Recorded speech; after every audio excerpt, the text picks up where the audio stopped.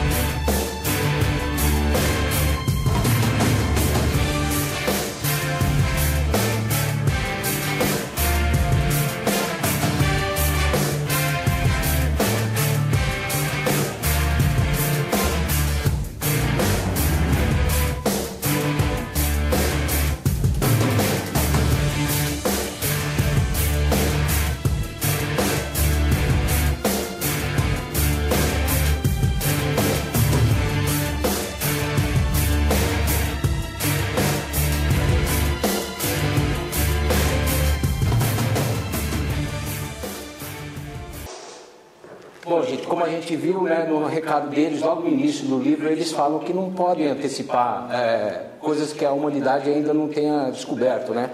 Então, só que hoje a gente está fazendo uma palestra justamente sobre esse tema aí. Então a gente encontra algumas coisas, como até uma curiosidade aqui no recadinho que tem de Andou em Fonta. Olha que engraçado isso daqui. Andou em Fonta, pouco depois, Andou em Fonta, para quem não sabe, foram considerados assim, vamos dizer, o Adão e Eva da nossa era. Foi quando a humanidade passou a ser reconhecida como tendo inteligência. Isso foi há 1 milhão de anos atrás.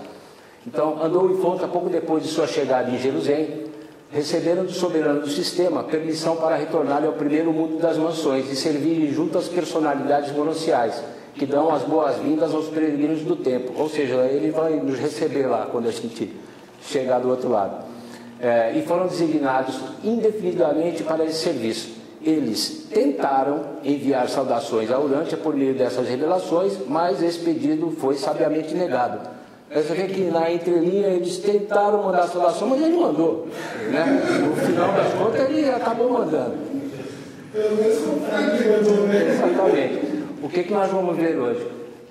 O primeiro não é uma predição, é só uma curiosidade a respeito das datas que a gente encontra no livro. Depois sobre a partícula de neutrino, o elemento químico, a Pangeia. Essa primeira parte aqui foi feito um estudo por Ken Glaucel, e que ele é um PhD em Química, e também um Kerry Mullins, que ele ganhou um prêmio Nobel de Química na época, e ele fez algumas análises no livro também. A Pangeia, os dinossauros na Austrália, o cálcio no universo, as rochas mais antigas, migração marsupial, braços da Via Láctea, a relação de humanos e esponja do mar, a bússola no corpo humano, o túmulo do apóstolo Filipe, o vácuo não existe, a vida implantada na Terra, o fim do período Cretáceo, os primeiros mamíferos, o surgimento de Adão e Eva, a data do nascimento de Jesus, primeiros humanos na Inglaterra, o berço da civilização, a energia escura, eixo central do universo, que aqui ainda existe muita confusão da parte da ciência em relação a isso, o sentido de rotação das galáxias, a antigravidade, um relatório sobre o Jardim do Éden, a formação dos planetas e as predições não descobertas. Essa parte aqui, como eu falei, ela não, na verdade, não é uma predição, é uma curiosidade, porque quando a gente está lendo a quarta parte do livro, eles falam não só o dia que aconteceu um evento, eles dão o dia da semana. Então, será que dá para a gente descobrir esse dia da semana? Lá em 1955, quando saiu o livro, era uma coisa bem difícil, porque ocorreram algumas mudanças nos calendários, e o que acontece? Uma delas, em 1582, inclusive, eles pularam 10 dias no calendário. E não ocorreu uma mudança só, ocorreram várias. Então isso aí torna confuso, precisa de uma fórmula matemática para a gente conseguir chegar lá e descobrir esse dia da semana. Mas hoje nós temos o São Google. Então a gente consegue, eu entrei no Google aí e digitei lá, calendário juliano, calcular. Não precisa procurar muito não, o primeiro site que aparece lá, nós já entramos, e esse site já leva todas essas considerações para fazer os cálculos, etc. e tal. Então a gente consegue determinar por ele as datas antigas. Então eu peguei alguns exemplos aqui para a gente ver. Olha lá como vê no livro. O quarto membro da família da Jaré nasceu numa quarta-feira pela manhã, 16 de março. Era realmente uma quarta-feira? Sim, é uma quarta-feira. E aí mais uma, só para a gente constatar. A noite de quarta-feira, 24 de julho, 5 depois de Cristo. Quarta-feira, correto. Fica até uma coisa que a gente... Parece que os reveladores tiveram presente ali naquele momento. Tiveram, naquele exato momento, fazendo como se eles tivessem nos passado um diário a coisa, né? Porque para passar com tamanha exatidão, tem outras curiosidades também no livro, que, por exemplo, fala que Jesus saiu para determinado local numa noite que era lua cheia. Então, são coisas que são estranhas, e isso já foi comprovado também. Tem como você entrar no site da NASA, se eu não me engano, e dá para você reverter e chegar naquela data, e você constata realmente que era aquilo. Agora nós vamos ver as descobertas que já estão alinhadas com o livro, né? A descoberta da partícula de neutrino. O que diz o livro no documento 41? As mudanças de gravidade elétrica dão origem a vastas quantidades de pequenas partículas sem potencial elétrico, ou seja, o nêutron. Mas eles não chamam de nêutron em nenhum momento do livro. E tais partículas rapidamente escapam do interior solar, desencadeando assim a desintegração de um Sol gigantesco em poucos dias. Foi uma emigração dessas partículas fugitivas que ocasionou a desintegração da nova gigantesca da nebulosa de Andrômeda faz uns 50 anos atrás. Este vasto corpo estelar se desintegrou em 40 minutos do tempo de Urântia. Impressionante, 40 minutos. Aí, o que acontece? Esse é o Ken Glasgow, que é o PhD em Química que eu falei, que fez algumas análises no livro. A prova atual da existência da estrela de nêutron não veio antes de 1960, quando observações por radiotelescópios identificaram um rápido corpo giratório numerado de pulsar da nebulosa de Caranguejo, que não poderia ser uma estrela anã branca. A prova final veio observações feitas no observatório do raio-x em 1967, e os estouros de neutrinos descobertos em uma nova supernova na nuvem de Magalhães em 1987. Aí a observação do Ken Glasgow, né? Quais são as chances, até mesmo para um cientista profissional, de adivinhar corretamente, no início de 1940, que uma partícula não confirmada naquela época ainda, e sem propriedade, seria o catalisador para a formação das estrelas de nêutron? É bem em cima mesmo. Depois, outra análise deles, o elemento químico número 101. O que fala o livro durante o documento 42? Ele fala assim, ó, em Orvonton, que é o nosso superuniverso, nunca foi possível reunir naturalmente acima de 100 elétrons orbitais no sistema atômico. Sempre que se introduziu artificialmente, 101 deles no campo orbital, o resultado tem sempre sido um deslocamento quase instantâneo do próton central, com a dispersão enlouquecida dos elétrons e outras energias liberadas. A análise do Ken Glasgow. Na década de 40, Bohr e Fermi foram duas pessoas que estudaram na época lá, inclusive pelo desenvolvimento da bomba atômica e tal, eles faziam muitos desses experimentos lá. Na década de 40 ele fez uma predição que o processo de decaimento beta cessaria com o elemento 100.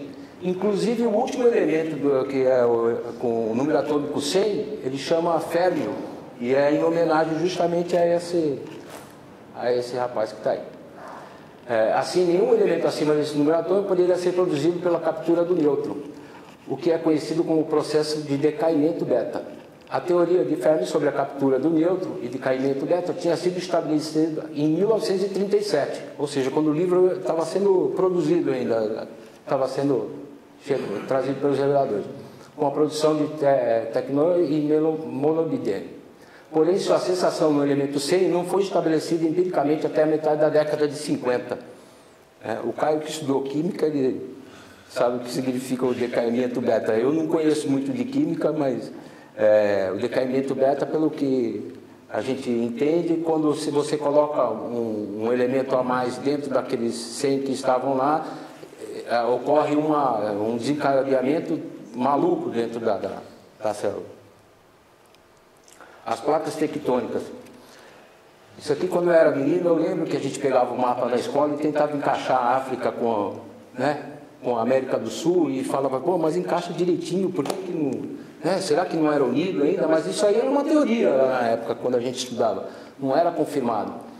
Aí o livro fala, há 750 milhões de anos surgiram as primeiras fendas de massa de terra continental, com a grande fenda separando o norte e o sul, a qual mais tarde foi preenchida pelas águas do oceano e preparou o caminho para o movimento no sentido oeste dos continentes da América do Norte e América do Sul, inclusive a Groenlândia. A longa falha leste-oeste separou a África da Europa, distanciando o continente asiático, as massas de terra da Austrália e as ilhas do Pacífico e da Antártida. Ou seja, era tudo junto, como hoje a gente todo mundo já sabe, já está enraizado agora, não é mais uma teoria. Ela foi elaborada pelo Alfred Wegener, que percebeu que a costa da África se encaixava na América do Sul. Outra forte constatação seria a existência de fósseis de animais da mesma espécie em continentes diferentes, pois seria impossível que esses animais tivessem atravessado o Oceano Atlântico. Nós temos até uma coisa que fala sobre a migração marsupial também, que chega na mesma conclusão, que é exatamente isso que ele está falando. A única explicação é que no passado os dois continentes se encontravam juntos. A teoria de Wegener ficou sem crédito quase por 50 anos. A teoria dele somente começou a ser aceita no início dos anos 60. Foi depois da publicação do livro isso. Começou a ser aceita, em razão do mapeamento do fundo oceânico, descoberta das rochas abissais, paleomagnetismo das rochas oceânicas, entre outros. Os dinossauros na Austrália. Isso aqui é bem curioso e é bem em cima também. O maior dos dinossauros originou-se na parte oeste da América do Norte. Esses répteis monstruosos estão enterrados em toda a região das montanhas rochosas, ao longo de toda a costa do Atlântico, na América do Norte, oeste da Europa, África do Sul e Índia, mas não na Austrália. Ele termina falando, na Austrália não tinha grande. Vê como é sutil as coisas que eles colocam. Aí saiu em fevereiro de 94 na revista, super interessante. O mitabossauro, com apenas 7 metros de comprimento, é o maior entre os répteis que viveram na Austrália, quando esta se encontrava unida à Antártida. Em outras partes do planeta, esse bicho chegava a 11 metros de comprimento e 1,5 toneladas de peso. Nanismo parece ser um fenômeno daquela região, Austrália. O cálcio no universo. No documento 41, o livro fala o seguinte: o cálcio é de fato o elemento principal que permeia a matéria no espaço em todo o Orvonton. Todo o nosso superuniverso está cheio de pedra altamente pulverizada. Essa pedra é literalmente a matéria básica de construção para os planetas e esferas do espaço. A nuvem cósmica, o grande manto espacial, consiste, na sua maior parte, de átomos modificados de cálcio. O átomo dessa pedra é um dos elementos que mais prevalece e de maior persistência. Aí, em fevereiro de 2007, no site do Terra, está a notícia: o universo tem mais cálcio do que se imaginava. Então tem um estudo longo, a gente normalmente pega só um resuminho para não ficar um negócio muito complexo. Pesquisadores holandeses descobriram que o universo tem mais cálcio do que se imaginava, quase o dobro da quantidade já determinada. De acordo com o estudo que será divulgado na revista Astronomy and Astrophysics, isto poderia significar que o universo teve mais explosão de supernovas, estrelas de muita massa, do que o calculado anteriormente. Entretanto, o valor exato da quantidade de cálcio encontrada não foi divulgado. Quer dizer, eles já estão chegando lá. As rochas mais antigas. Isso aqui, na primeira leitura que eu fiz do livro, eu não tinha percebido. E normalmente a gente não percebe mesmo. A gente só vai começar a pegar essas particularidades do livro, esses recadinhos que eles mandam na segunda leitura. Então, na segunda leitura eu estava passando por essa parte aqui e achei curioso e entrei na hora na internet e achei a matéria que eu vou mostrar. Em nenhum lugar na superfície do mundo serão encontradas mais das remanescentes modificadas dessas antigas rochas pré-oceânicas do que no nordeste do Canadá, perto da Baía de Hudson. É super preciso. Aquela extensa elevação granítica é composta de pedra que pertence às idades pré-oceânicas. As suas camadas de rocha foram aquecidas, dobradas, torcidas e de novo recurvadas, e mais uma vez ainda submetendo-se a todas essas experiências metamórficas de deformação. Aí, como eu disse, eu entrei na internet e olha lá, setembro de 2008, descobertas as rochas mais antigas do planeta. Aí puxando o que interessa, com 4,28 bilhões de anos, elas trazem pistas importantes sobre a geologia da Terra primitiva. Foram descobertas no nordeste do Canadá as mais antigas rochas conhecidas da Terra. As rochas foram descobertas na região leste da Baía de Hudson, exatamente como está no livro.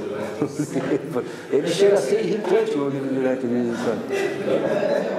a migração marsupial. Em documento 41, fala que há 45 milhões de anos os espigões continentais foram elevados. Era a Pangeia, quando eu estava falando lá atrás, que ainda tinha isso. Em consequência de um afundamento bastante generalizado na linha costeira. A vida mamífera estava evoluindo rapidamente. Um réptil pequeno, um mamífero do tipo ovíparo, floresceu. Os ancestrais dos futuros cangurus povoaram a Austrália. E aí vem novembro de 2009. Um marsupial unindo os dois continentes. Marsupiais ainda possuem muitos enigmas a serem desvendados. A relação entre os marsupiais australianos e os sul-americanos. Os marsupiais mais primitivos, vindos da América do Norte, através de uma ligação passageira, colonizaram a América do Sul e através das antigas conexões paleográficas com a Antártida. Aí chegaram atingindo depois a Austrália, onde tornaram-se os mamíferos dominantes. Simultaneamente, na América do Sul e Austrália, comprova a permanência de uma conexão que existia. É a mesma conclusão da Pangeia que existia lá atrás. E agora a ciência está descobrindo através desses fósseis que eles estão encontrando. Os braços da Via Láctea. A gente está bem acostumado com o desenho da Via Láctea ainda, dizendo que ela tem, no desenho dela, 4 braços, de estrelas. Mas, na verdade, o livro não fala isso. O livro fala o seguinte: o centro de rotação do vosso setor menor situa-se em uma posição bem distante dentro da nuvem estelar enorme e densa de Sagitário, em torno da qual o vosso universo local e todas as suas criações movimentam-se, e de lados opostos do vasto sistema subgaláctico de Sagitário. Vós podeis observar 2 grandes correntes de nuvens de estrelas, emergindo em estupendas espirais estelares. Ou seja, o livro fala que só tem 2. E aí nós chegamos aqui no site agora, em 2008, a Via Láctea, a galáxia que abriga o planeta Terra, possui 2 braços espirais, e não 4, como achavam até agora os astrônomos, segundo identificaram as imagens captadas pelo telescópio espacial Spitzer da NASA, a Agência Espacial Americana. Desde 1950, os astrônomos contavam com modelos baseados em observações dos gases cósmicos da galáxia e sugeriam uma estrutura em espiral com 4 braços. Até então era impossível confirmar a teoria dos 2 braços espirais devido à posição da Terra, mas com a observação feita por novos aparelhos, a NASA diz o seguinte: agora prosseguiremos corrigindo nosso quadro galáctico da mesma forma como os primeiros exploradores que navegavam pelo mundo corrigiam seus mapas. Ou seja, já foi comprovado. A relação de humanos com esponja no mar. Aqui no documento 65 fala o seguinte: pouquíssimas espécies de tipos marinhos primitivos de vegetação que participaram daquelas mutações históricas e que resultaram nos organismos na fronteira da vida animal ainda hoje continuam existindo. As esponjas constituem os sobreviventes de um desses tipos primitivos intermediários, os organismos por meio dos quais se deu a transição gradual do vegetal ao animal. Essas formas primitivas de transição, embora não serem idênticas às esponjas modernas, foram muito semelhantes a elas. Eram um organismo verdadeiramente na fronteira, nem vegetais, nem animais, que finalmente conduziram ao desenvolvimento das verdadeiras formas animais de vida. Aí sai em agosto de 2010, no site Ciência e Saúde. Estudo afirma que humanos compartilham o gene com esponjas do mar. Pode ser que a humanidade descenda do macaco, mas os cientistas australianos encontraram provas de relações muito mais estreitas do homem com o solo submarino, em estudo que revela que as esponjas do mar compartilham quase 70% dos genes com os humanos. As esponjas têm o que consideramos o santo graal das células tronco. A bússola no corpo humano, tudo bem. No documento 34, eles falam o seguinte: os 4 pontos da bússola são universais e inerentes à vida de Nébado, que é aqui. Todas as criaturas vivas possuem unidades corpóreas que são sensíveis e reagem a essas correntes direcionais. Essas criações de criaturas são duplicadas no sentido descendente no universo até os planetas individuais. Ou seja, todos nós temos um sentido de orientação. E aí, em julho de 2011, sai a seguinte matéria: humanos podem ter bússola interna, mostra o estudo. E fala o seguinte: o mecanismo biológico de insetos que funciona como uma bússola pode existir também em pessoas. A capacidade de sentir corpos magnéticos já foi comprovada em diversos animais. Não existe nenhuma razão para descartar de antemão que ela não existe em humanos, afirma o pesquisador. Aí o que eles fizeram aqui? Eles já sabiam que os insetos eles tinham esse direcionamento aí. E também comprovaram que a borboleta também fazia a mesma coisa, inclusive no escuro. Então ela se guiava. Esses animais eles possuem uma proteína chamada criptocromos, que ela é usada nas células como relógio, e também são sensíveis ao magnetismo. As pessoas, nós temos o mesmo criptocromos, mas possuem pouco ou nenhuma sensibilidade ao magnetismo. O que eles fizeram? Eles pegaram uma mosca que ele era incapaz de produzir esse criptocromos, porque ele tinha uma deficiência genética, e pegaram o criptocromos no humano e colocaram nesse inseto. E o que aconteceu? Ele começou a pegar o sentido normal com o criptocromo do humano. Então, eles comprovaram que realmente a gente tem a mesma proteína. O túmulo do apóstolo Filipe, essa também é em cima. O livro fala o seguinte: Filipe, o mais antigo intendente dos 12, foi um homem de poder no reino, conquistando almas onde quer que fosse, e foi finalmente crucificado pela sua fé e enterrado em Herápolis, na Turquia. Aí, em julho de 2011, descoberto o túmulo de São Filipe, apóstolo de Jesus. Aí vamos ver onde que eles acharam. Um túmulo que se crê ser de São Filipe, um dos 12 apóstolos, foi descoberto na cidade de Herápolis, na Turquia. Encontraram o túmulo, uma figura bíblica, um dos 12 discípulos de Jesus. A estrutura do túmulo e os dizeres escritos nas paredes provam que pertence a São Filipe. Não, tem algumas coisinhas que parece que os caras tentam fazer uma engenharia reversa aqui. Depois eu vou falar. O vácuo não existe. Na verdade, o que está dizendo o documento é que existe uma partícula de elétron ou 100 ultimatons dentro de um elétron. Isso também é uma outra predição que acho que a gente já está a caminho de descobrir com o acelerador de partícula, que eles já estão descobrindo outras propriedades do elétron. Então eles falam, praticamente falando, o espaço não é vazio. E mesmo a atmosfera de Urântia vai tornando-se crescentemente menos densa, até que a altitude de 5.000 quilômetros ela começa a esmaecer nessa parte do universo e se transformar na matéria do espaço comum. O espaço conhecido mais próximo do vazio, Inélon, conteria cerca de 100 ultimatons, o equivalente a 1 elétron em cada 16 centímetros cúbicos. Essa escassez de matéria é considerada como sendo praticamente o espaço vazio, mas não é. Aí no site Inovação Tecnológica, agora em 2013, sai o seguinte: o vácuo não existe. O vácuo é um dos conceitos mais intrigantes da física. Quando observado no nível quântico, o vácuo a rigor não existe, ou pelo menos ele não é vazio. O que é chamado de vácuo está cheio de partículas virtuais continuamente aparecendo e desaparecendo. Eu interpreto isso, não sei se é correto, que é justamente o que eles estão fazendo no acelerador de partícula, porque quando eles explodem aquele elétron, eles somem aquelas partículas de quartzo e tal, elas acabam sumindo rapidamente.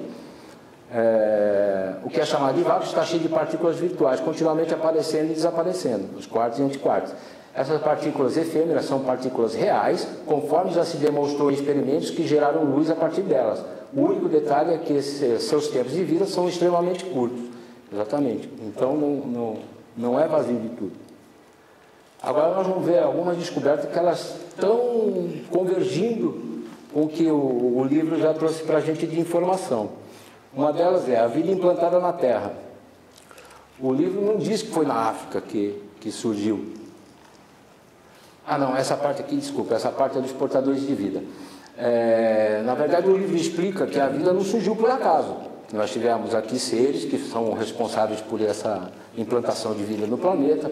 E o que aconteceu? Eles estiveram aqui há 600 milhões de anos atrás, fizeram um estudo aqui, chegaram à ideia de desenvolver a vida em base salina. Para isso, eles tiveram que esperar 50 milhões de anos até que o ambiente estivesse propício para isso. E aí eles voltaram, e é aqui que está falando nesse documento. Há 550 milhões de anos, o corpo de portadores retornou ao Oriente. Em cooperação com os poderes espirituais e força suprafísica, nós organizamos e iniciamos os modelos originais de vida nesse mundo e os plantamos nas águas hospitaleiras desse reino. Toda a vida planetária, excluindo os 100 de Caligaste que chegaram aqui, o príncipe planetário, teve a sua origem nas nossas 3 implantações originais, idênticas e simultâneas de vida marinha. Essas 3 implantações de vida foram designadas como sendo a central, eurasiana ou africana, a oriental, australásica, e a ocidental, que abrange a Groenlândia e as Américas. Aí, em dezembro de 95, sai a seguinte matéria. Não está em inglês, a gente faz um efeito especial aqui para já fazer a tradução automática. Olha só como bate até na datação. Até aproximadamente 600 milhões de anos não havia nenhum organismo mais complexo do que bactérias, algas multicelulares e plâncton unicelular. A primeira sugestão de fermento biológico foi uma pletora misteriosa de folhagens, criaturas que desapareceram tão inexplicavelmente quanto apareceram. Então, há 543 milhões de anos atrás, as criaturas com dentes, tentáculos, garras e mandíbulas materializaram-se como de súbito de aparições. Esse súbito também é uma palavra engraçada, porque no livro aparece bastante essa palavra, né? Súbito. E uma história de criatividade como nada antes desde então. A natureza parece ter mostrado seus projetos de virtualmente todo o reino animal. Essa explosão de diversidade biológica é descrita pelos cientistas como um Big Bang da biologia. O que eu interpreto também aqui? Darwin, também a teoria de Darwin da evolução também não se encaixa muito aqui, porque surgiu tudo meio que simultâneo aqui no planeta, não tem muita explicação a teoria de Darwin. O fim do período Cretáceo. Aqui é quando o livro fala sobre o final dos dinossauros, né? Na verdade, o livro não coloca nada que eles teriam sido extintos por um meteoro que caiu na península de Yucatán. O livro ele fala muita coisa e o que ele fala que nessa época aconteceu?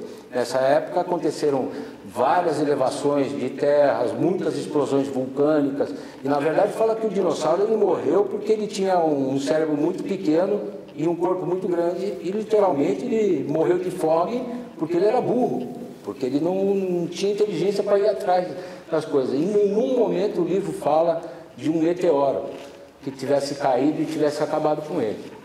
Então ele fala, essa foi uma idade de atividades vulcânicas em todo o mundo, dando nascimento a numerosos pequenos cones vulcânicos isolados. Vulcões submarinos irromperam na região submersa do Himalaia, grande parte do resto da Ásia, incluindo a Sibéria, estava ainda sob as águas. Há 65 milhões de anos ocorreu um dos maiores fluxos de lava de todos os tempos. As camadas de depósito desse fluxo do anterior são encontradas nas Américas, ao sul do norte da África, na Austrália e parte da Europa. Por que a ciência começou a achar que os dinossauros tinham sumido por causa disso daí? Primeiro, eles encontraram na península de Yucatán uma depressão muito grande, que o livro, inclusive, comenta, que houve uma depressão nessa época enorme, uma nos Estados Unidos, que eu posso até interpretar como sendo a formação lá do Grand Canyon ou aqueles lados, e uma outra justamente no litoral do México, aonde eles imaginavam ter caído. E a ciência, ela também partiu do princípio do que o irídio, ele não é encontrado muito na superfície do planeta. Então, o que acontece? Eles chegaram à conclusão que aquele irídio, para estar ali, como o irídio ele é encontrado nos cometas, eles achavam, pela depressão e pela quantidade de irídio encontrada, que justamente tinha caído ali um meteoro que deveria ter extinto os dinossauros. Mas, na verdade, Se descobriu mais tarde que o irídio ele tem muito nas profundezas. E ali, como é uma região vulcânica, esse irídio teria vindo à superfície justamente por causa dessa quantidade de erupções que aconteceram naquela época lá. Aí, em janeiro de 96, saiu na Super Interessante o seguinte: a hipótese mais discutida hoje é que o choque de um meteoro teria causado o desastre. Mas nessa época acontecia também uma imensa erupção na região do Deccan, na Índia. A própria colisão do meteoro pode ter provocado sucessivas erupções em vários pontos do planeta. A tese mais aceita agora é de que os dinossauros sumiram em consequência da associação entre a queda do meteoro e uma sucessão devastadora de erupções vulcânicas. A extinção em massa mais famosa dos dinossauros, ocorrida há 65 milhões de anos, antes atribuída à queda de um meteoro, ela é hoje acreditada também à ação vulcânica. Só que a gente tem outra coisa que veio um pouquinho mais à frente ainda. Em 2011, saiu um estudo da NASA, dizendo que o Batistina, que na verdade é o nome daquele meteoro que teria caído na Península de Yucatán, ele não é o responsável pelo fim dos dinossauros. Com a prova oficial da NASA, um dos grandes mistérios sobre a extinção dos animais pré-históricos permanece aberto. Em 2010, astrônomos do Rio também inocentaram o asteroide. Não tem nenhuma chance de ter sido ele. Os primeiros mamíferos. O livro fala que há 140 milhões de anos atrás surgiram os primeiros répteis, e que os primeiros mamíferos surgiram há 130 milhões de anos, vários milhões de anos mais tarde. Olha lá. Os primeiros mamíferos apareceram, não eram placentários e demonstraram uma ligeira falha, nenhum sobreviveu. Esse foi um esforço experimental para melhorar os tipos mamíferos, mas não teve êxito em Urântia. Em fevereiro de 98, sai a matéria na Super Interessante, que bate exatamente com a datação que está falando ali. Encontrado um animal fossilizado que foi um dos primeiros mamíferos a habitar o planeta há 130 milhões de anos atrás. O fóssil foi achado em 94 na China, perto de Pequim. E agora os descobridores da Academia Chinesa de Ciência publicaram o resultado da análise. Esse cara aí, Kim Cuspidines, não sei falar o nome dele, não fez parte de nenhum dos 3 grandes grupos de mamíferos existentes. Os que botam ovos, ele é um intermediário, justamente o que falou ali no livro. E os que têm bolsa. Ele fazia parte de um 4º grupo, o dos semitodrontes, intermediários entre os marsupiais e os placentários. Segundo a equipe liderada por Yong-Hu, só que conheciam dentes e a mandíbula da espécie. Com esse esqueleto bem conservado, será possível descobrir como ele vivia no mundo dominado pelos dinossauros. Bate a datação e bate a outra coisa. O surgimento de Adão e Eva. Bom, quem lê o livro sabe que quando a humanidade chega numa evolução física, que chega no seu limite, imediatamente são enviados os filhos adâmicos do planeta justamente para elevar o DNA desse povo que vive aqui, né? Então, o livro coloca isso aqui, ó. Adão e Eva chegaram ao Urântia 37.841 anos atrás, antes de 1934, desculpa. Era meia estação, os jardins estavam no pico de florescimento quando chegaram. Os encarregados do transporte de elevadores biológicos até Urântia. Então, eles chegaram aqui há aproximadamente 40 mil anos atrás. E o que a ciência começa a falar? Aqui também tem um efeito especial para a gente não ler em inglês. O gene microcefalin, que é o que regula o tamanho do cérebro, tem evoluído sob forte seleção positiva na linhagem evolutiva humana. Mostramos que uma variante genética microcefalin em seres humanos modernos, que surgiu há 37 mil anos atrás, aumentaram numa frequência rápida demais para ser compatível com a dispersão neutra. Isso indica que ele se espalhou sob forte seleção positiva, embora a natureza exata da seleção seja desconhecida. Ou seja, teve uma evolução muito rápida naquela época dos humanos que viviam aqui. A ciência não tinha muita explicação sobre isso. A data de nascimento de Jesus. Esse parece a engenharia reversa que a gente estava falando aqui. O que acontece? Bom, quem é leitor já sabe que não tem nada a ver com dezembro, né? Durante toda essa noite, Maria estivera inquieta, de forma que nenhum dos dois dormiu muito. Ao amanhecer, as pontadas do parto já estavam bem evidentes no dia 21 de agosto do ano 7 a.C. Isso, quando eu li também essa parte aí do livro, eu também corri para procurar. Eu encontrei vários sites que falaram sobre o assunto, etc. e tal. E encontrei um pouquinho mais, com mais credibilidade e tal, para dar uma analisada. Mas o que acontece? Aí é que eu acho que é meio que uma engenharia reversa. Onde eles começam? Primeiro, eles sabem que Herodes fez lá que Herodes ele morreu no ano 4 a.C. E que ele tinha mandado matar as criancinhas naquela época, até 2 anos de idade. Então, eles começam a conjecturar que isso aí teria ocorrido entre 5 a.C. e 7 a.C. Até aí, tudo certo. O que acontece? Daí para frente, eles começam a analisar o mês que nasceu Jesus, já não mais entre os 5 e 7. Eles pararam entre os 5 e 7 e começam a analisar que mês que ele teria nascido. Eles sabiam que Zacarias tinha deixado Jerusalém para sua casa no 12º dia do mês do calendário de Sivan, ou seja, em 12 de junho do ano 6 a.C. Esse 6 a.C. não é comprovado. Tudo que se procura sobre Zacarias nessa época não dá a data, ele dá um mês. Você não consegue determinar que foi no ano 6 a.C. Você consegue determinar que ele esteve lá nesse mês, mas não aqui. E ele teria recebido Gabriel nessa época, e depois disso, da mensagem de Gabriel, ele teve que ir para casa, óbvio, e aí João teria sido gerado, e João teria nascido 9 meses depois, o que vai cair isso em torno do mês de fevereiro ou março daquele ano que Zacarias estava lá. Ninguém sabe se é 4, se é 5, se é 6, se é 7. Aí o que acontece? Também se sabe pelas escrituras e pelo que toda a parte histórica que Jesus ele era 6 meses mais novo do que João, como de fato o livro fala. E o que acontece? Aí eles jogam o nascimento de Jesus, obviamente, 6 meses depois de ter chegado na conclusão de João, e chegam que ele teria nascido entre agosto e setembro. E aí ele termina assim: como o dia mais provável do sábado é 22 de agosto do ano 7, calendário judeu, o dia começa no pôr do sol. E aí o Cristo nasceu depois do pôr do sol. Seria 21 de agosto do ano 7 a.C. Para mim, está meio que evidente que alguém aqui, desses historiadores aí, leu o livro e sabia a data, e ele queria chegar na data e deu um jeito de chegar na data. Mas, na verdade, não é bem isso. Mas eles estão no caminho, alguma coisa eles já conseguiram. Só precisa determinar se Zacarias esteve lá realmente naquela época do ano 6, o que não é comprovado. Eu, pelo menos, em tudo que eu andei pesquisando, eu não achei. Aqui vamos falar sobre os primeiros humanos na Inglaterra.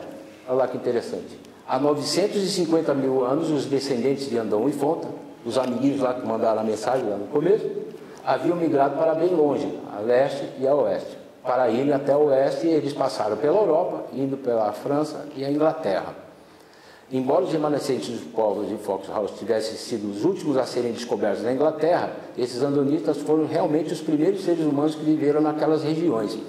O que acontece aqui? O livro está falando que eles saíram da Ásia. Eles saíram da Ásia, foram migrando para o leste, chegaram lá e tinha uma ligação entre a França e a Inglaterra. Aí, por isso que eu digo que a ciência ainda está quase chegando lá. Não chegou. O pessoal que fez essa análise aqui em 2010 devia conversar com o pessoal que faz a próxima, que nós vamos mostrar a seguir. Olha lá. Mas a datação está extremamente em cima. Arqueólogos britânicos apresentaram nesta quarta um tesouro em ferramentas de pedra e restos fossilizados de plantas e animais que foram encontrados em Norfolk, Reino Unido. Segundo os pesquisadores, os achados indicam que os primeiros seres humanos chegaram à região há 950 mil anos, vindos da África.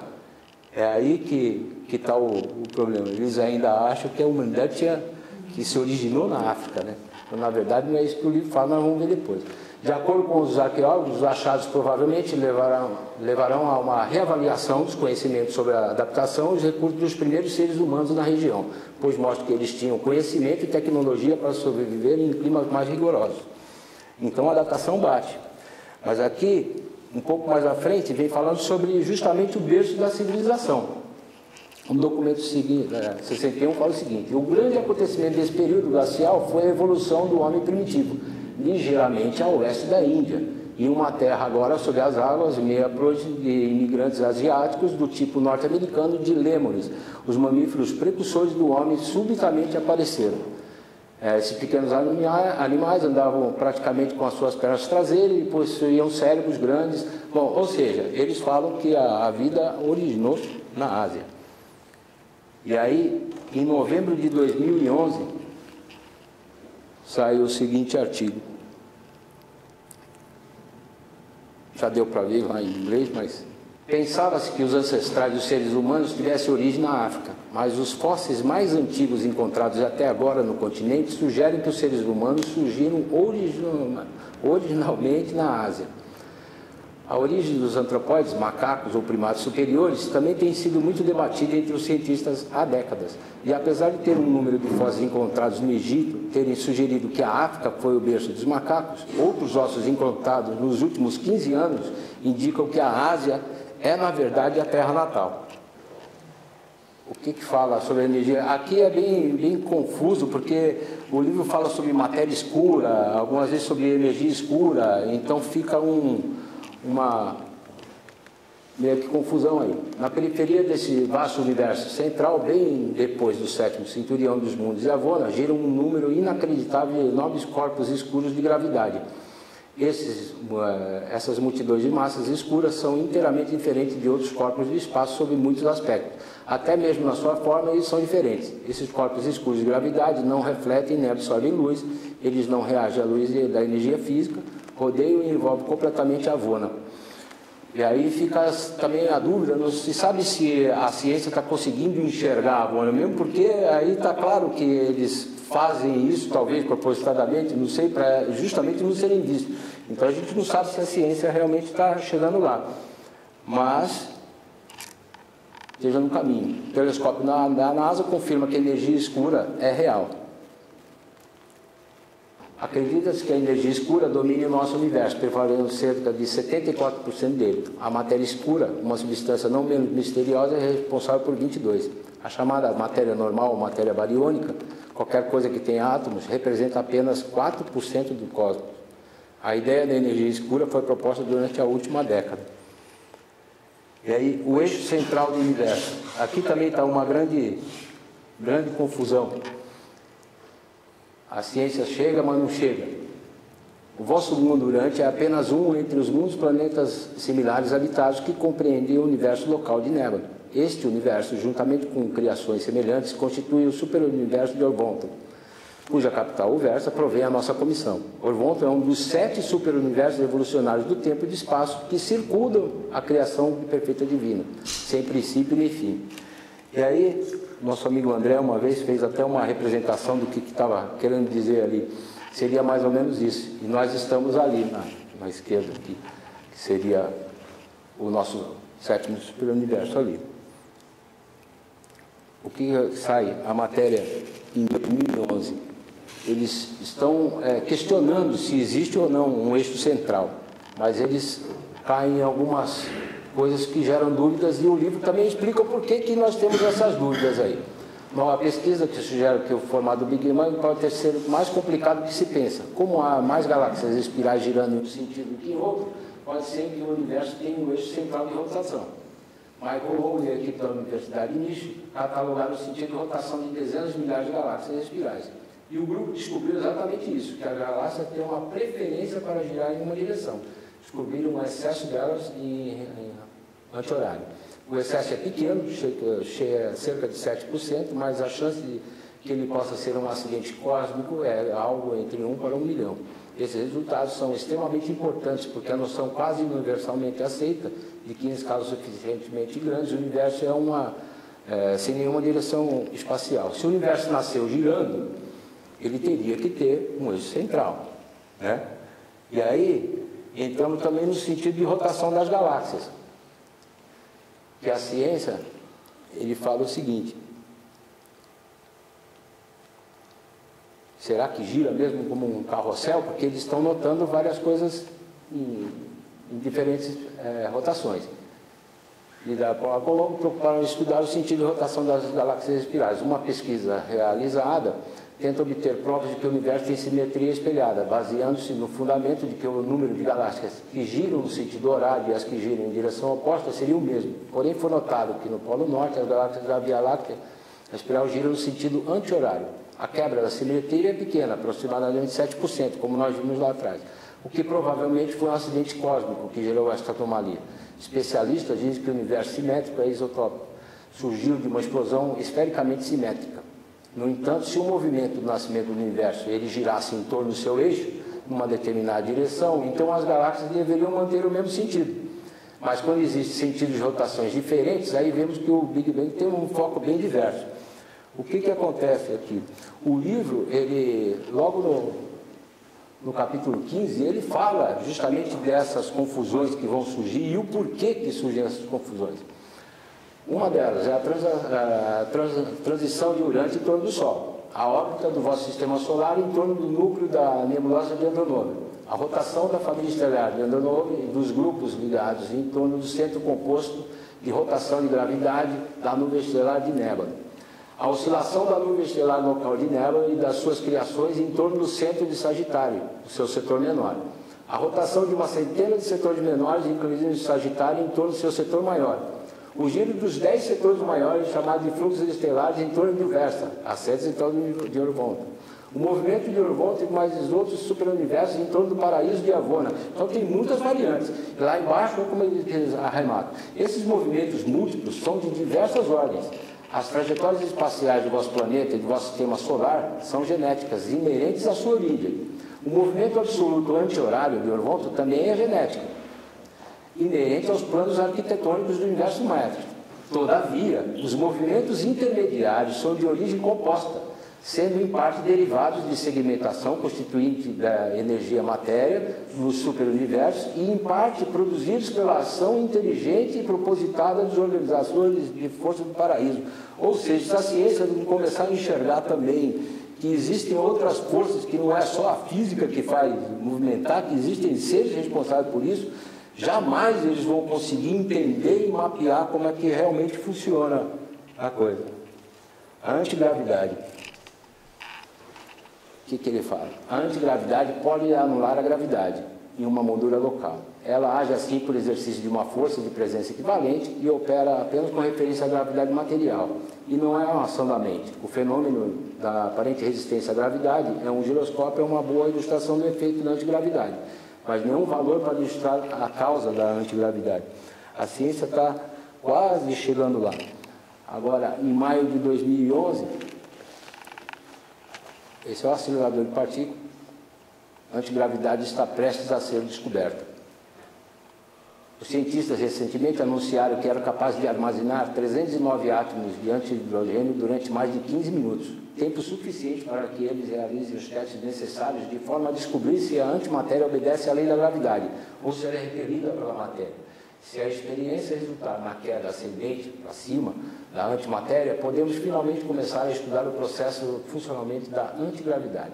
Esta experiência não virá apenas abrir as portas da antigravidade, podendo também ajudar a determinar e explicar a razão pela qual o universo continua a acelerar a sua expansão. Aqui também existe uma dúvida, porque o livro explica que o universo, na verdade, ele ora está expandindo e ora está se contraindo, não é isso?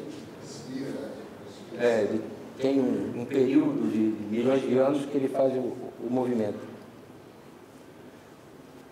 Aqui tem um relatório extenso sobre o Jardim do Éden, e eu vou falar só por cima.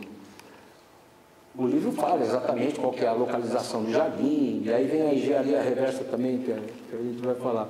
Ele dá vários detalhes onde ele era localizado, etc. O que acontece? Tem um leitor chamado Robert Sarman, e ele pegou essas informações do livro, conseguiu arrecadar um dinheiro e saiu para fazer uma expedição. Inclusive no barco dele, você vê que tem uma bandeirinha do Urântia no barco desse que está fazendo a expedição. Essa expedição chama-se Discovery of Atlantis. Se vocês entrarem na internet, vocês vão achar todo o desenvolvimento dessa pesquisa e etc.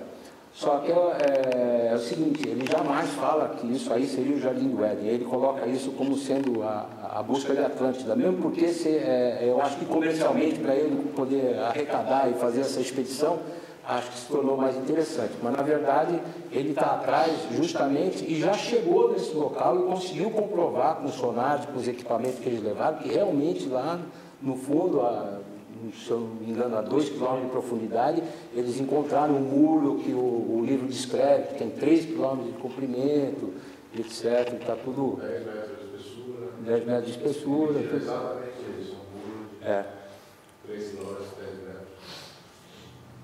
Isso aqui é bem recente, eu coloquei agora no finalzinho para a gente ver. Há inúmeras outras técnicas para gerar sóis e isolar os planetas. Contudo, os procedimentos descritos anteriormente sugerem os métodos pelos quais a grande maioria dos sistemas estelares e famílias planetárias é trazida à existência. Se quiséssemos descrever todas as diversas técnicas envolvidas na metamorfose estelar e na evolução planetária, isso requeriria uma narrativa de quase 100 de modos diferentes de formação de sóis e origem dos planetas. À medida que os vossos astrônomos escrutinarem os céus, eles irão observar fenômenos indicativos de todos esses modos de evolução estelar, mas raramente detectarão a evidência da formação de conglomerados pequenos e não luminosos de matéria, que servem como planetas habitados e mais importantes das vastas criações materiais. Ele vai explicando que tem muito jeito de se fazer. E aí essa matéria sai agora, justamente em 2014, olha o que fala. Novas descobertas deixaram os astrônomos confusos e a NASA declara não ter mais certeza de como os planetas se formam. Do jeito... Algumas décadas atrás, os astrônomos eram bastante confiantes sobre a formação dos planetas no universo. Aí eles começam a se questionar, por que então encontramos sistemas onde há gigantes de gás orbitando a 1/10 de distância de Mercúrio no nosso próprio sistema solar?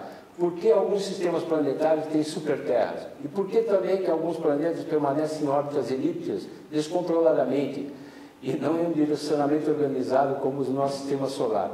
A resposta deles é, nós simplesmente não sabemos. Aí ele fala, as descobertas posteriores mostraram que muitos sistemas de exoplanetas são diferentes do nosso.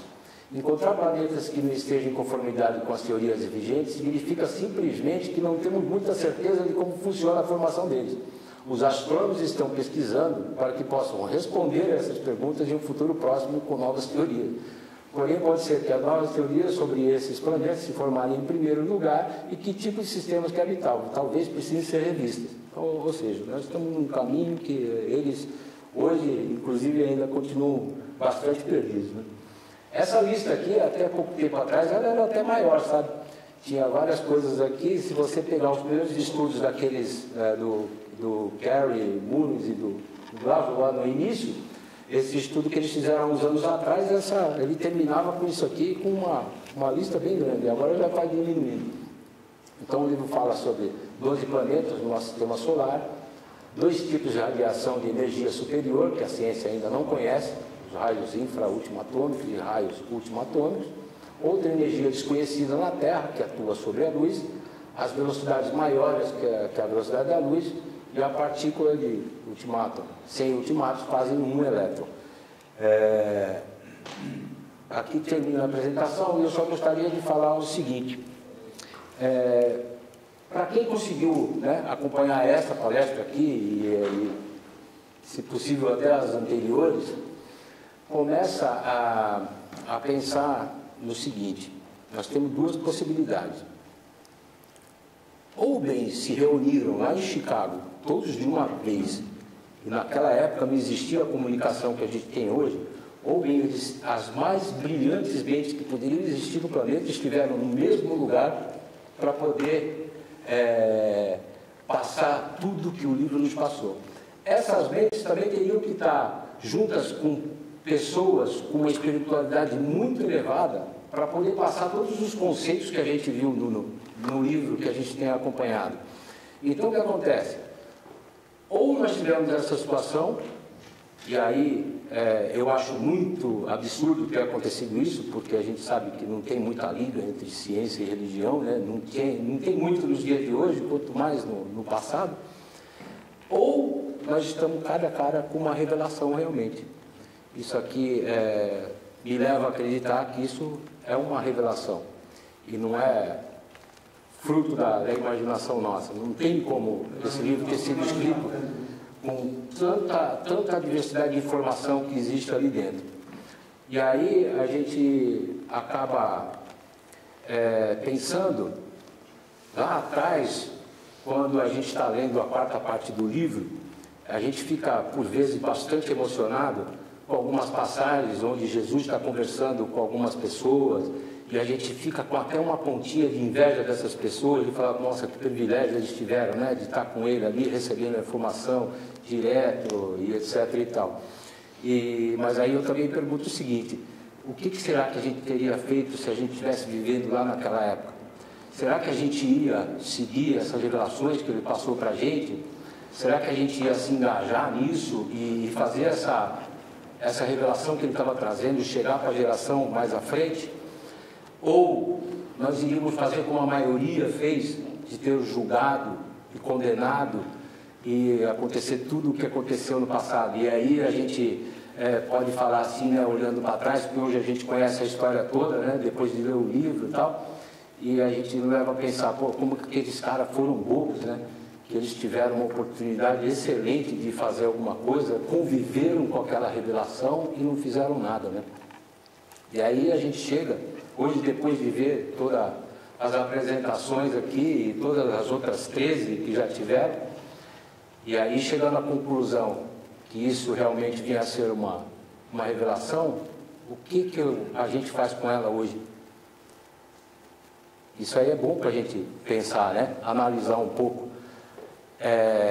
Nós vamos estudar, se engajar, levar isso para frente para uma geração próxima, para que eles lá na frente também olhem para a gente e falem assim, pô, que privilégio, aqueles caras receberam a revelação, trabalharam por ela, etc. Ou nós não vamos fazer nada, vamos passar batido e não agir, e também lá na frente esse pessoal vai olhar para a gente e falar assim, pô, como esses caras são burros, eles estiveram cara a cara com uma revelação e não fizeram nada por ela. Então, era isso que eu queria passar para vocês. Espero que vocês tenham gostado. Tem um vídeo, você acha que é bom passar para eles? Tem um vídeo bastante interessante que eu apresentei, inclusive, numa palestra anterior, sobre as pessoas, os cientistas que se reuniram para discutir justamente a teoria de Darwin. E aí é onde começa a existir já um princípio de casamento entre a religião e a ciência. Eu acho que seria interessante a gente ver.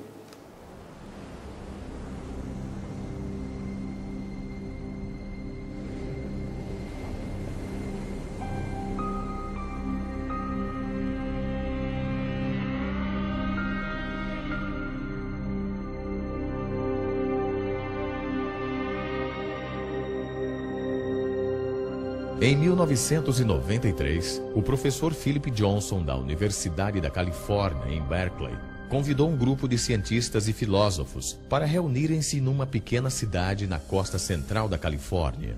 Eles vieram de grandes centros acadêmicos, inclusive Cambridge, Munique e a Universidade de Chicago, a fim de questionar uma ideia que tem dominado a ciência por 150 anos. A reunião em Pajaro Dunes representou um ponto decisivo para muitos de nós. Todos nós tínhamos perguntas sobre a teoria da evolução, mas quando nós nos reunimos, cada um trouxe algo de sua própria área, e de repente tivemos um vislumbre de um novo modo de olhar para a vida. Diria que este foi um período intenso na minha vida, quando percebi que existia algo muito mais intelectualmente satisfatório que o ponto de vista que tivera antes.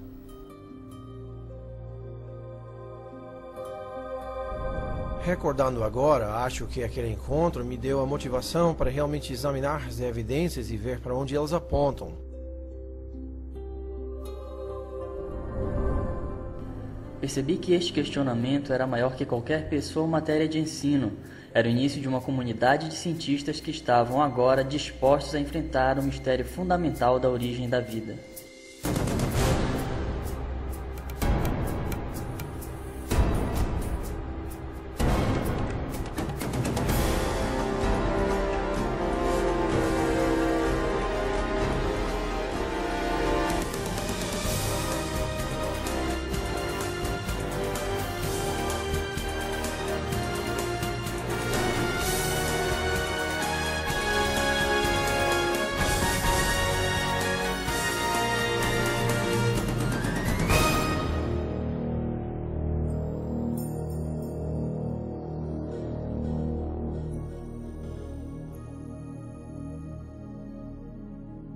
Este é o tópico mais interessante que existe.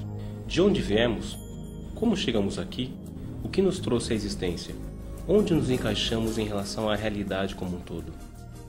Considerando a diversidade e complexidade incrível da vida, inevitavelmente surge a pergunta: o que trouxe tudo isso à existência? Foi simplesmente o acaso e necessidade, ou há algo mais acontecendo? Existe um propósito, um plano, um projeto devido a uma causa inteligente? Penso que esta seja a pergunta fundamental. No século XIX, os cientistas achavam que a parte básica da vida, a célula, era apenas uma simples bolha de protoplasma, como um pedacinho de gelatina, que não era difícil de se explicar. Esta ideia realmente não apresentou mudança nenhuma até o início dos anos 50. Daí para cá, nosso conhecimento sobre a célula sofreu uma explosão.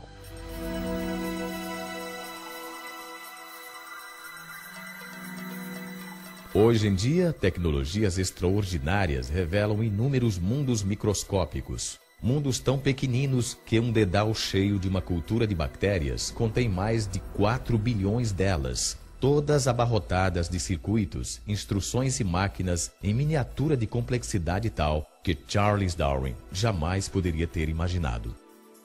Na própria base da vida, onde as moléculas e células fazem o espetáculo, descobrimos máquinas, literalmente máquinas moleculares. Há minúsculos caminhões moleculares carregando suprimentos de um lado para o outro da célula. Há máquinas que captam a energia solar e a transformam em energia utilizável. Há tantas máquinas moleculares no corpo humano quanto há funções que o corpo tem que fazer. Se parar para pensar na audição, visão, olfato, paladar, tato, coagulação do sangue, ação de respirar, reações imunológicas, verá que tudo isto requer um batalhão de máquinas. Ao observarmos estas máquinas, perguntamos-nos de onde vieram. E a resposta da evolução darwiniana, a meu ver, é muito inadequada. Vi o desenho de uma coisa chamada flagelo bacteriano, com todas as suas partes e toda a sua glória. Ela possuía uma hélice, um gancho, um eixo e um motor. Olhei para aquilo tudo e disse, é um motor de polpa. Foi projetado, não há a mínima chance de ser uma montagem aleatória de peças. Estes motores moleculares que propulsionam a bactéria dependem de um sistema de partes mecânicas intricadamente organizadas. Estas partes entram em foco quando porções de uma célula são aumentadas 50.000 vezes no microscópio. Os bioquímicos usaram micrógrafos de elétrons como este, a fim de identificarem as partes e a estrutura tridimensional do motor flagelar. Neste processo revelaram uma maravilha da engenharia numa escala minúscula. Howard Berg, em Harvard, classificou esta máquina como a mais eficiente do universo. Algumas delas batem a 100.000 rotações por minuto e são ligadas no transdutor de sinal ou mecanismo sensorial, de modo que reagem conforme as características do ambiente. E embora girem com tal rapidez, podem parar num piscar de olhos. Leva somente 1/4 de revolução para pararem, mudarem de direção e começarem a girar a 100.000 RPM em outra direção. E, igual aos motores de polpa num barco, possuem muitas partes necessárias ao seu funcionamento. O flagelo bacteriano possui duas marchas, a que vai para a frente e a reversa, refrigeração à água e força protônica. Tem um estator, um rotor, uma junta universal, um eixo e uma hélice, os quais funcionam como peças de uma máquina. Não é apenas por conveniência que lhes damos estes nomes, esta é realmente a função deles. Desde a sua descoberta, os cientistas tentaram entender como um motor giratório poderia ter surgido através da seleção natural. Até agora, não conseguiram oferecer qualquer explicação darwiniana. Como poderia algo novo como o motor da bactéria flagelar e todos os componentes que possui desenvolver-se de um aglomerado de bactérias que não possui esse sistema, quando cada mudança, de acordo com a teoria de Darwin, tem que oferecer algum tipo de vantagem? Em 1996, Michael Behe publicou um livro intitulado A Caixa Preta de Darwin. No livro, ele argumenta que a seleção natural, conforme o darwinismo, não podia explicar a origem do flagelo bacteriano nem qualquer outro sistema biológico de complexidade irredutível. Behe concluiu que a complexidade integrada desses sistemas apontam para um projeto inteligente. Pesquisas feitas sobre o motor bacteriano revelam um nível ainda mais profundo de complexidade, pois sua criação não só exige partes específicas, mas também uma sequência precisa de montagem. É preciso fazer as coisas na hora certa. É preciso ter o número certo de componentes. É preciso fazer a montagem em uma certa sequência. É preciso poder dizer que os montou adequadamente, de modo a não desperdiçar energia, criando uma estrutura que não vai ser funcional. Construir uma máquina molecular se compara à construção de uma casa, seguindo uma planta detalhada e uma ordem de construção. O alicerce de uma casa é feito antes de construir as paredes. O encanamento e as instalações elétricas são instalados antes de rebocar as paredes. As janelas precisam estar no lugar antes que se coloque a pedra do parapeito, e as telhas só podem ser colocadas depois da estrutura para o telhado. A mesma coisa acontece na criação de um motor flagelar. Esta estrutura é feita de dentro para fora. Conta-se o número de componentes na construção de um anel, da parte fixa do motor, e depois de montado algo diz: tudo bem, não se precisa mais desse componente. Acrescentamos então um eixo, um anel, outro eixo e um cotovelo. Quando o cotovelo chega a certo tamanho e certo grau de curvatura, mais ou menos 90 graus, termina aquele processo e então se começa a acrescentar os componentes para a hélice. Tudo isso é feito numa sequência precisa, exatamente como se constrói uma casa.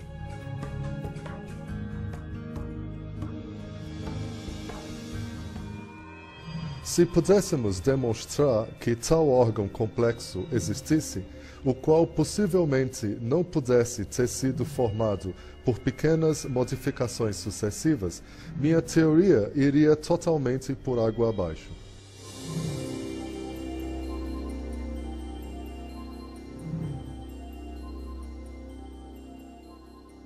Já nos anos 70, muitos pesquisadores haviam rejeitado a ideia de que a informação necessária para a origem da primeira célula fora apenas o acaso.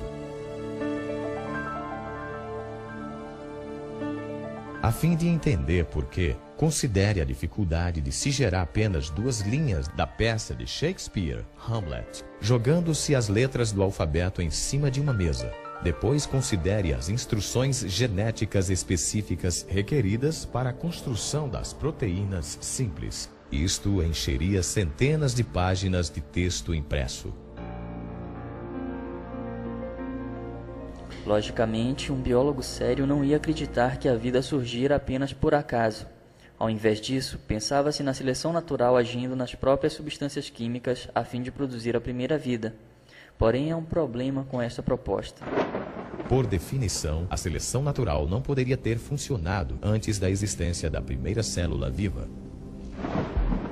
Ela só pode agir sobre organismos capazes de se reproduzir, células equipadas com DNA, as quais passam as mudanças genéticas às futuras gerações.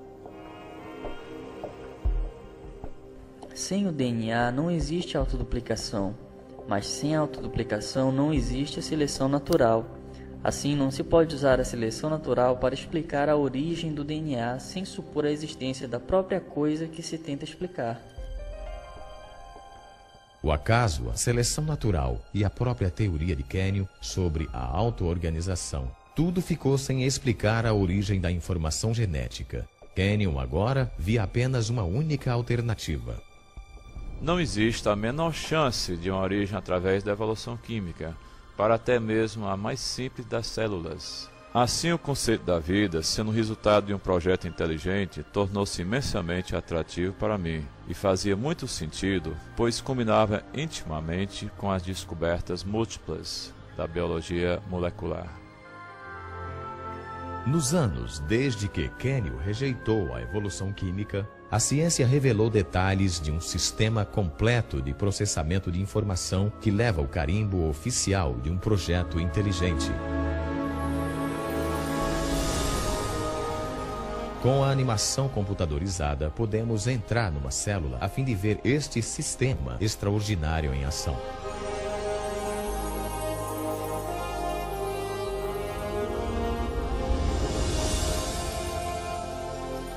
Após entrar no coração da célula, vemos os altamente enroscados fios de DNA, armazéns para as instruções necessárias a fim de se fabricar cada proteína no organismo.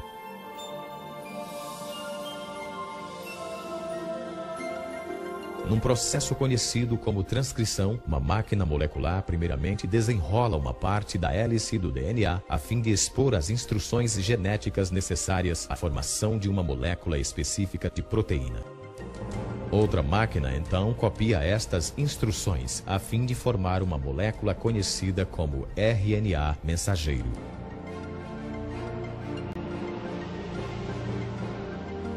Quando a transcrição se completa, o fio finíssimo de RNA carrega a informação genética através do complexo nuclear de poros, o porteiro para o tráfego dentro e fora do núcleo da célula.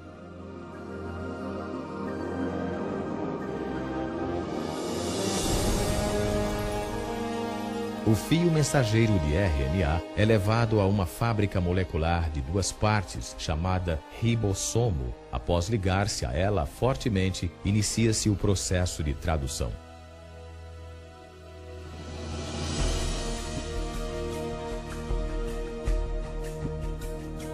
Dentro do ribossomo, uma linha de montagem molecular constrói uma cadeia de aminoácidos especificamente sequenciada. Estes aminoácidos são transportados de outras partes da célula e então ligados em cadeias de centenas de unidades de comprimento. Esta organização sequenciada determina o tipo de proteína fabricada.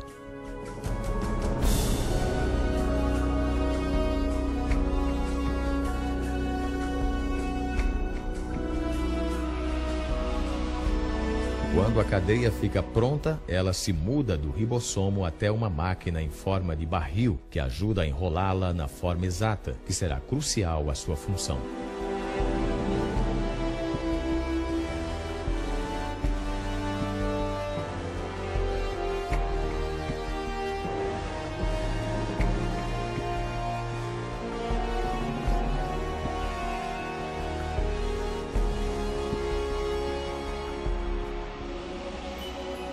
Após a cadeia ser enrolada numa proteína, é então liberada e levada por outra máquina molecular até o lugar exato onde será usada.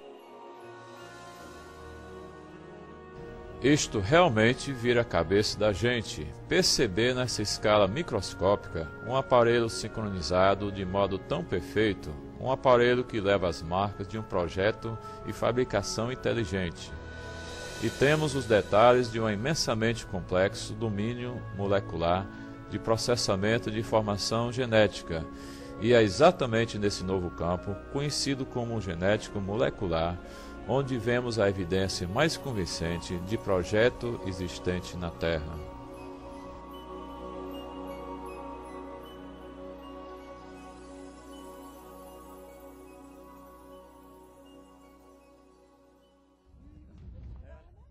Considere, por exemplo, estas mensagens hieroglíficas escritas nas ruínas de monumentos egípcios. Ninguém atribuiria as formas e organização destes símbolos a causas naturais, tais como tempestade de areia ou erosão. Pelo contrário, reconhecemos nelas a obra de escribas antigos, agentes humanos inteligentes.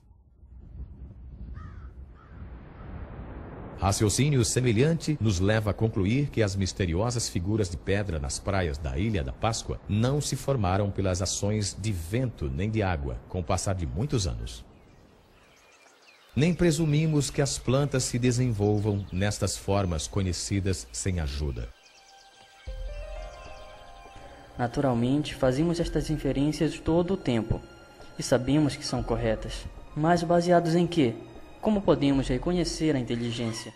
O DNA tem uma estrutura ideal para transportar informação. Nas bases A, T, C e G da dupla hélice do DNA, há um potencial para armazenar uma quantidade enorme de informação. Não há nenhuma entidade no universo conhecido que armazene e processe mais informação de modo tão eficiente quanto a molécula do DNA. Um complemento total de DNA humano possui 3 bilhões de caracteres individuais. A análise das regiões codificadas da molécula do DNA mostra que seus caracteres químicos possuem uma organização específica para transmitir instruções detalhadas, tais como as letras numa sentença compreensível ou dígitos binários num código de computador. Bill Gates já disse que o DNA é como um programa de computador, apenas muito mais complexo. E se refletir nisso, verá que é uma observação altamente sugestiva, porque sabemos que Bill Gates não emprega vento, nem erosão, nem geradores de números aleatórios a fim de gerar seu software. Pelo contrário, ele emprega engenheiros inteligentes, engenheiros de software. Assim, tudo o que sabemos por experiência própria sugere que sistemas ricos em informação surgem de um projeto inteligente. Mas o fato é que há informação na vida, em cada célula viva de cada organismo vivo. De onde vem essa informação? Nos últimos 15 anos, o filósofo e cientista Stephen Meyer tem trabalhado a fim de responder a esta pergunta. Meyer desenvolveu um argumento para demonstrar que um projeto inteligente oferece a melhor explicação para a origem da informação necessária à construção da primeira célula viva. É parte de nosso conhecimento básico que agentes inteligentes podem produzir sistemas ricos em informação. Sabemos hoje que não há explicação natural, nem causa natural que produza informação, nem seleção natural, nem processos auto-organizacionais, nem por acaso. Mas sabemos de uma causa que é capaz de produzir informação, que é a inteligência. Por isso, quando as pessoas reconhecem que houve projeto pela presença da informação no DNA, elas efetivamente fazem o que se chama nas ciências históricas de uma inferência à melhor explanação. Portanto, quando descobrimos um sistema na célula rico em informação, especificamente na molécula do DNA, podemos concluir que uma inteligência teve um papel na origem desse sistema, mesmo que não estivéssemos lá para observar este sistema vindo a existir. A obra de Meyer faz parte agora de um amplo estudo de caso científico para o projeto inteligente que surgiu de uma reunião de cientistas e filósofos na costa central de Califórnia em 1993. O objetivo deles era avaliar uma ideia que está dominando a biologia há mais de um século. No processo, fizeram nascer uma teoria que se tornou conhecida como Projeto Inteligente. A grande promessa do projeto é que ele nos dá um instrumento novo, o qual deve fazer parte da caixa de ferramentas da ciência. As causas inteligentes são reais, elas deixam evidência de sua existência, e uma ciência saudável é aquela que busca a verdade e deixa a evidência falar por si mesma. O argumento para o projeto inteligente se baseia na observação de fatos. Essa é a minha definição de uma boa ciência, a observação dos fatos. Quando observamos os fatos como Michel Berry tem feito, o que vemos? Vemos um padrão fantástico de complexidade interrelacionada. E o modo como chegamos à conclusão do projeto inteligente para o flagelo bacteriano é o mesmo pelo qual tiramos conclusões sobre o motor de polpa. Com o motor de polpa, vemos como as partes interagem e sabemos que alguém fez isto. O raciocínio é o mesmo para as máquinas biológicas, por isso a ideia do projeto inteligente é completamente científica. Com certeza existem implicações religiosas, mas não depende de premissas religiosas. Quando olho para a evidência de modo objetivo, sem eliminar a possibilidade do projeto, o projeto pula para cima com uma explicação mais provável. E é por isso que acredito que seja verdadeiro. Acho que o projeto voltou para a mesa de discussões. Não podemos explicar estes sistemas pela lei natural. E se estamos mesmo buscando a verdade, se são de fato projetados, e se temos que ser engenheiros para entendê-los, então eu pergunto, qual é o problema? Temos que ir até onde os dados nos levam, e as implicações, tudo bem, realmente há implicações metafísicas profundas, mas é assim mesmo. É uma ideia muito forte a de que o universo é racional e compreensível, subscrito por uma inteligência suprema que queria que este mundo fosse compreendido. É algo que transcende o programa da ciência, algo que traz significado ao mundo. Se tudo fosse apenas uma montagem caótica, então não haveria razão para se esperar qualquer propósito lá fora. Mas, de fato, se for produto de uma mente, então a ciência se torna este projeto enorme e maravilhoso de se resolver o quebra-cabeça, no qual se espera achar propósito, beleza e compreensibilidade. Há 150 anos, Charles Darwin transformou a ciência com a teoria da seleção natural. Hoje, esta teoria enfrenta um desafio incomparável. O projeto inteligente acendeu uma centelha, tanto de descoberta quanto de intenso debate sobre a origem da vida na Terra. E por um grupo cada vez maior de cientistas, representa um paradigma, uma ideia com o poder de, mais uma vez, redefinir as bases do pensamento científico. Durante o século XIX, os cientistas acreditavam que haviam duas entidades fundamentais, a matéria e a energia. Mas ao entrarmos no século XXI, há uma terceira e fundamental entidade que a ciência tem obrigação de reconhecer, a qual é a informação. Assim, ao encontrarmos a biologia da era da informação, cresce a suspeita que o que vimos na molécula do DNA é realmente obra de uma mente, obra de inteligência, algo que só pode ser explicado pelo projeto inteligente.